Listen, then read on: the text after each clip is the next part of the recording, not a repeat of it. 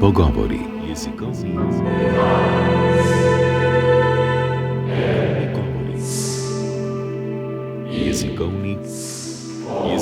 govori. Jezikovni pogovori.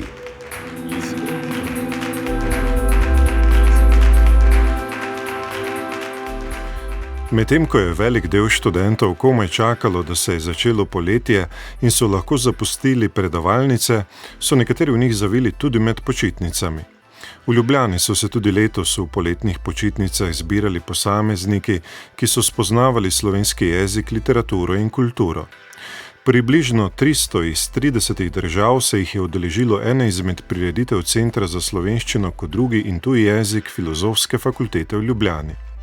Le zakaj jih slovenski jezik in kultura tako zanimata, da so ju spoznavali med počitnicami, ko si mnogi v tem času predstavljajo dih drugače, nekje ob morju. Obiskali smo seminar za slovenski jezik, literaturo in kulturo ter k mikrofonu povabili Đoša Pajovića iz Avstrije, Teodoro Živojinović iz Srbije in Saro Gras iz Garban, ki živi ob slovensko-italijanski meji. Meni se prav to zdi prostni čas oziroma počitnice v smislu, da meni je zelo zanimivo učenje slovenščine in tudi kulture in jezikoslovja, tako da meni se ne zdi kot delo. Zelo mi je všeč, ker jaz to tudi ne gledam kot delo, ampak kot učenje in je zelo drago, zelo je draga izkušnja zame. No, jaz sem prvič na seminarju, ampak to je že zdaj začetek mojih počitnic, ker tudi nameravam mojo družino tukaj v Ljubljani obiskati tudi med seminarjem že. Torej, kako ste te dve punci že rekli, zame to ni delo, ni nekega, no je trud, ampak zelo uživam tukaj, zelo uživam v mestu Ljubljana, tako lepo mesto torej. Kaj pa je vsem trem najbolj všeč pri slovenščini in slovenski kulturi, da so tako uživali v Ljubljani? Slovenski jezik je zelo melodičen in ekspresiven, zraven angleščine in seveda srbščine, ki je moja materinščina, se počutim zelo dobro, kot govorim nekaj o sebi ali o svojih občutih in zaradi tega mi je slovenščina najbolj všeč. Tako da, ja.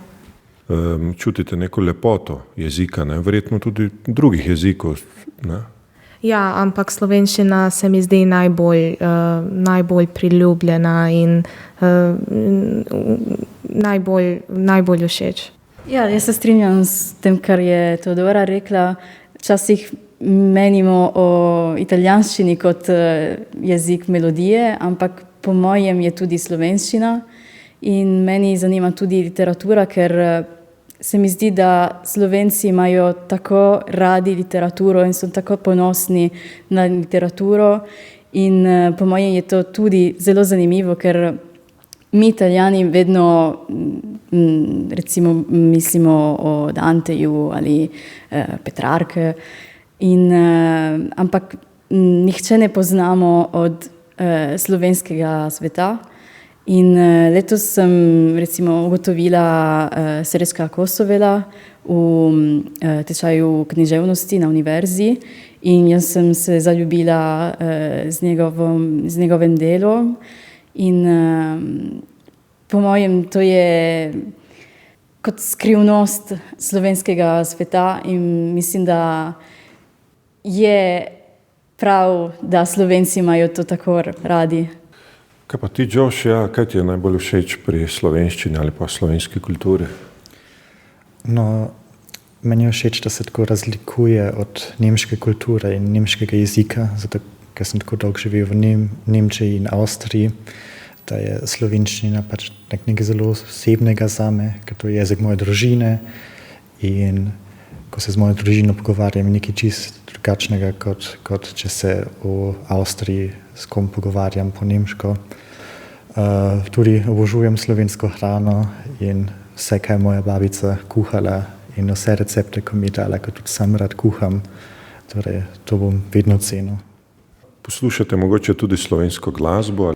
Jaz sem bila 2-krat na koncert Murphyja, potem poslušam Zuckerauta, tudi Kokosja. Tako da, ja, recimo to je bolj seveda sodobna glasba, ampak meni je zelo všeč. Tudi vi? Jaz poslušam slovensko glasbo, najbolj všeč mi je ženska glasbena skupina, ki se imenuje P-pop. Tista skupina je mogoče starejša, ampak je takšen stil meni všeč. 2000, ja. Zdaj sem spet začel poslušati Pepel in kri, pač da dobim ta tudi ljubljanski feeling, zdaj ko sem tukaj v Ljubljani, da vsako jutro, ko hodim sem na faks, poslušam ta album od njih, Dan ljubezni, pesem za dinar, Ljubljanski grad in tako naprej. Koliko pa poznate vidve slovensko kulinariko? Tu in tam. Poskusila sem prekmursko gibanico in seveda bom poskusila v teh 2 tednih vse, kar zadnjič nisem poskusila, ko sem bila v Sloveniji, ampak poznam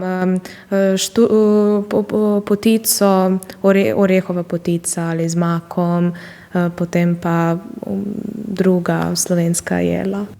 Ja, tudi jaz sem poskusila prekmursko gibanico, ampak ker ne maram kuhati, ampak imamo še veliko časa, tako da. Kranjska klobasa tudi, to sem tudi poskusila in mi je všeč in tako naprej. Slovenščino pa želijo še dolgo okušati, saj se jih želijo posvetiti tudi poklicno. Torej, cilj je, da bi se ukvarjala slovenščino strokovno. Jaz bi rada se udeležila doktorata, recimo v prihodnosti.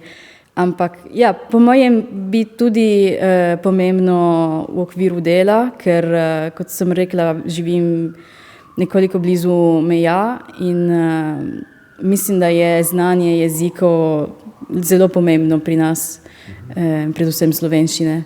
Tako da verjetno to bo tudi pomembno oziroma koristno za delo. Pa že razmišljate o tem, kje bi mogoče lahko uporabili slovenščino pri delu ali v poklicu? Torej, jaz imam še nekoliko izkušnjo z komunikacijo oziroma področju komunikacije in bi rada to recimo razvila tudi slovenščino, tako da mogoče s tem bi zanimivo, ampak še ne vem. Komunikacije v smislu tudi oblikovanja na spletu, promocije in tako naprej? Ja, recimo digitalni marketing oziroma copywriting, družbena omrežja in tako naprej. Torej imam izkušnje v tem področju, ampak samo v italijanščini, seveda. Jaz bi najrajše bila učiteljica slovenščine v prihodnosti in tudi se upisala na doktorat, ampak bomo videli, kaj bo prihodnost nam dala. Učiteljica slovenščine v Srbiji ali Sloveniji? V Srbiji, ja, za tujce. Na lektoratu ali online, vseeno. No, zdaj že 1 leto v Gradcu študiram, tudi slovenščino, ampak zdaj ta seminar je bil prvi korak, da ugotovim, če bi mogoče tudi hotel v Ljubljani študirati ali kje drugje, da pač izvem, kaj hočem kasneje sploh delati, ampak pač ta študij slovenščine je bil sam prvi korak do tega, da ohranim jezik, ohranim ta stik do družine in vse. Kakšni so bili njihovi prvi stiki s slovenščino? Jož Pajovič je v Nemčiji in Avstriji zrasel ob slovenščini.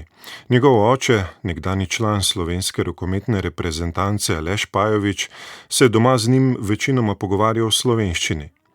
Teodora Živojinovič iz Srbije se je začela učiti slovenščino po naključju. Priporočil jo je prijatelj z besedami, da so učitelji slovenščine, pa tudi Slovenci sploh, zelo prijazni. Sara Gras iz Garban pa živi blizu slovensko-italijanske meje.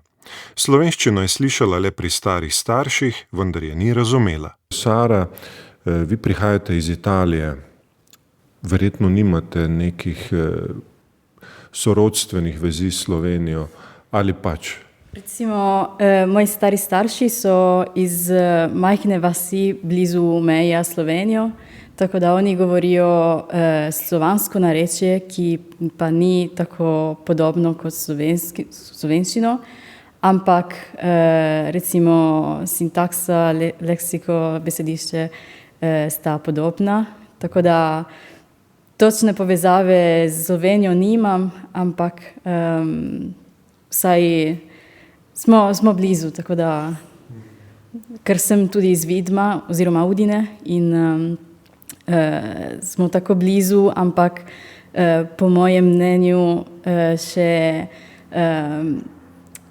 o Sloveniji mi v Italiji, čeprav smo tako blizu, ne vemo toliko in tako sem tudi odločila, da bi kaj novega ugotovila sama. Vaši drugi predniki pa izhajajo so bolj oddaljeni, ne prihajajo samo iz bližine Italije, ampak verjetno, sklepam, iz Indije ali Pakistana. Ja, recimo, jaz sem se rojena v Indiji, ampak sem bila samo spojena, ko sem bila 8 mesecev. Tako da z Indijo sploh nimam povezave, čeprav izgledam tako. Ampak ja, sem recimo vedno živela v Italiji. In kako ste govorili doma, v kolikšni meri ste spoznavali slovenski jezik tudi doma? Recimo stari starši so iz majhne vasi, kot sem rekla, in oni so vedno govorili med seboj slovansko narečje oziroma matersko narečje. In sem bila vedno navajena na te zvene in nisem nikoli spraševala, kako to deluje, in čeprav sem vedno slišala. Ampak z mamo in z menoj, oni so nažalost vedno govorili v italijanščini, tako da narečja jaz ne vem. Se pravi, razumem skoraj vse, ampak ne znam govoriti. Ampak, ko sem rekla, zveni so meni recimo navadni, tako da, ja. Teodora Živojinović, vi pa prihajate iz Srbije. Ali imate vi kakšne slovenske korenine? Žal nimam slovenskih korenin, jaz sem se začela učiti slovenščine povsem po naključju, ker študiram na Filološki fakulteti splošno jezikoslovje in sem morala izbrati en jezik, ki se ga bom učila vse 4 leti. In mi je kolega, ki je zdaj tukaj z nami na seminarju slovenskega jezika, priporočil, da naj vpišem slovenščino zaradi tega, ker so profesori in Slovenci splošno zelo prijazni in prisrčen narod, in sem zaradi tega vpisala slovenščino. In mi je zelo všeč. Kako dolgo že govorite tako dobro slovensko? Učim se slovenščine 1 leto pa pol. Ja. Zelo dobro, za 1 leto in pol. Joe Špajović, vi pa, ja, kot pove priimek, imate slovenske korenine. Ja, jaz v bistvu sem v Avstriji živim, zdaj že 10 let, prej še v Nemčiji, ampak drugače sem pa Slovenc. Imam družino v Celju in tudi tukaj v Ljubljani, torej ta seminar je bila zdaj taka opcija, da se pač spet povežem z jezikom in tudi družino tukaj v Ljubljani, ko jih še del nisem videl. Torej, mi kar všeč tukaj. Vaš oče je pač znani rokometaš. Ja, zdaj on gre spet naprej, jaz pa ostanem v Gradcu, torej v Avstriji, on bo v Nemčiji. Torej, zdaj tudi nameravam se spet malo povezati s to slovensko družino, z jezikom, da ohranim pač to, kar je tudi pomembno. Vaš oče je Aleš Špajović. Kakšnem jeziku ste se pogovarjali doma? Ja? vedno sam po slovenski, nikoli v nemščini. Sestro včasih kaj povemo po nemški, ampak drugače pa ati je vedno rekel, da vse v slovenščini, da ohranimo jezik. Živite pa od nekdaj v Avstriji ali kako? Jaz zdaj že 10 let, prej v Nemčiji. V Sloveniji smo bolj malo živeli, sem 2 ali 3 leti. Torej, pač Avstrija mi je všeč zaradi te bližine do Slovenije.